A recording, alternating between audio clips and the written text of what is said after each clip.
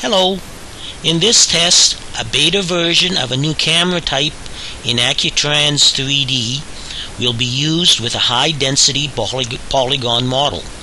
The new roaming camera is similar to a camera used in a game engine. This model has just over 20.9 million triangles spread across 66 layers. So using the standard camera, we'll zoom in on the model here, and here we have a person standing on a platform adjusting a valve on a pipeline. Now, to activate the roaming camera, we go to the Tools 1 menu, go down and click on Roaming Cameras.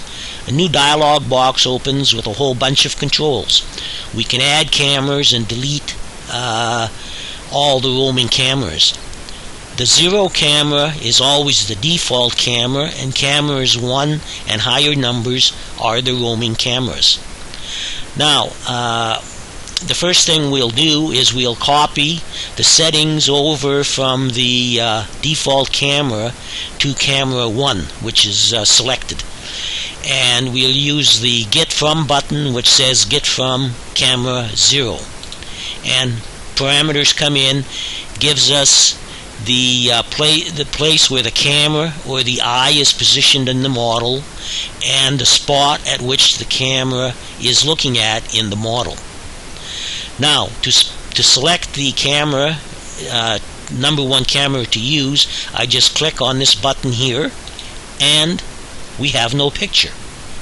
What happened? Well, by default, the setting for any camera is both the eye and the center are positioned at the same location. So we're looking at nothing because I forgot to press the Set All button. And when I click on it, there our camera comes into view. Our camera is using a field of view of 65 degrees, whereas the default camera is only using 30 degrees. And you can change that to whatever you wanted. Now, to move the camera, we can move the camera ahead and backwards by using this scroll button. And on a scroll button, you just click on it and hold the left mouse button down and move left and right. The number beside it shows how far in units we're going to move. And as this model is built in meters, we're going to be moving 1 meter at a time. So if I click on the button and I just move the button, there we are, we're moving ahead and we're moving back. The next button allows us to move the camera left and right, and then the next button down allows us to turn to the right, turn to the left. The next button allows us to move the camera up and to move the camera down. And then we have another button which allows us to look up with the camera and look down with the camera. So let's go up a little bit more in height. And now we can fly over the model as though we are in a drone. And we can pan around the look, and if we want to go back, we can now go ahead over this way. If we want to come backwards, and then we can go down in towards the model. Now, you can also control the camera with the keyboard as you would in a game. And there are 2 modes that work with the keyboard. One gives you no control with the mouse, and the other gives you control of the camera with the mouse. And you turn that mode on by pressing the R key, and to turn it off you press the Q key. Now, with the WASD keys, we can move ahead and back and left and right. And for the arrow keys, we can move the camera up and down, or turn it to the left or turn it to the right. And you cannot control the roaming camera with the mouse. Now, once we turn mouse mode on using the R key, the functions for the WASD keys remain the same, but the arrow keys change to give the same movements as the WASD keys as you would have in a game.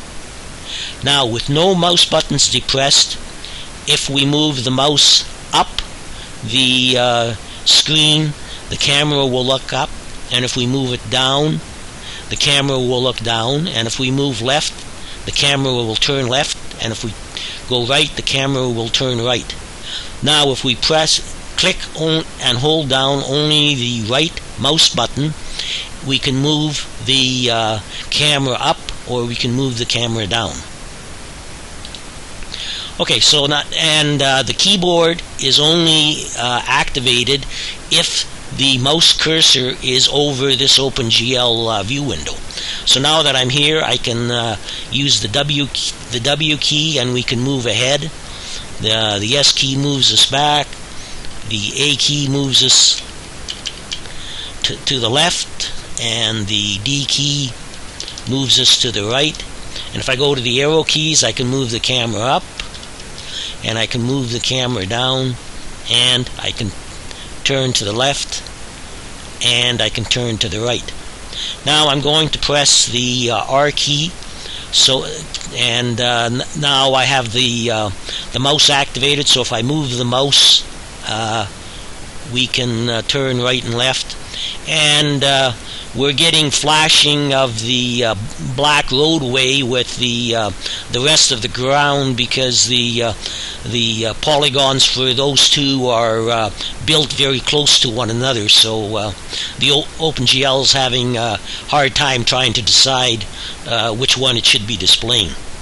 So now let's move ahead, and we're coming up here on a building.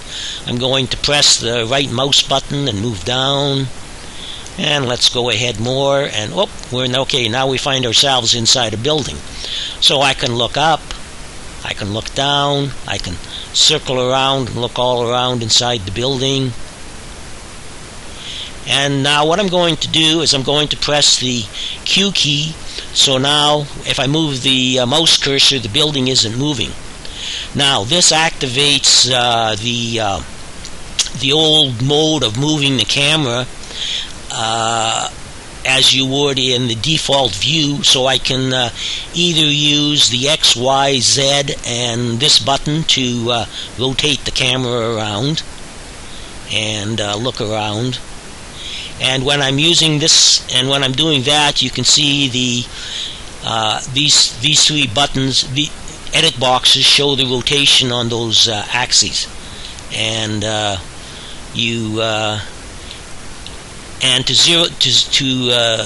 zero those out, you just have to click on the this button to zero them on all three axes. Or if we were only rotated on the one axis, I can right click on it and it will reset just that one axis.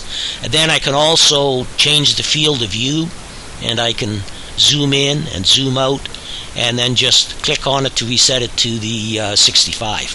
And you have to be careful, because if we turn this around in this direction, and now I'm going to press the R key, and now if I move ahead, you can see that I'm not moving ahead. It looks like I'm going backwards, and that's because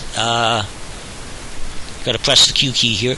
That's because I'm rotated 160 degrees around the vertical axis. So if I right click on this button, you can see I'm looking in a different direction. And now if I move, activate, press the R, and now if I move ahead, the camera's looking in the right direction. So you have to watch that, or you can really get fooled. So you can see that, okay, moving around in a model with nearly 21 million polygons with the new camera type is not much of a problem.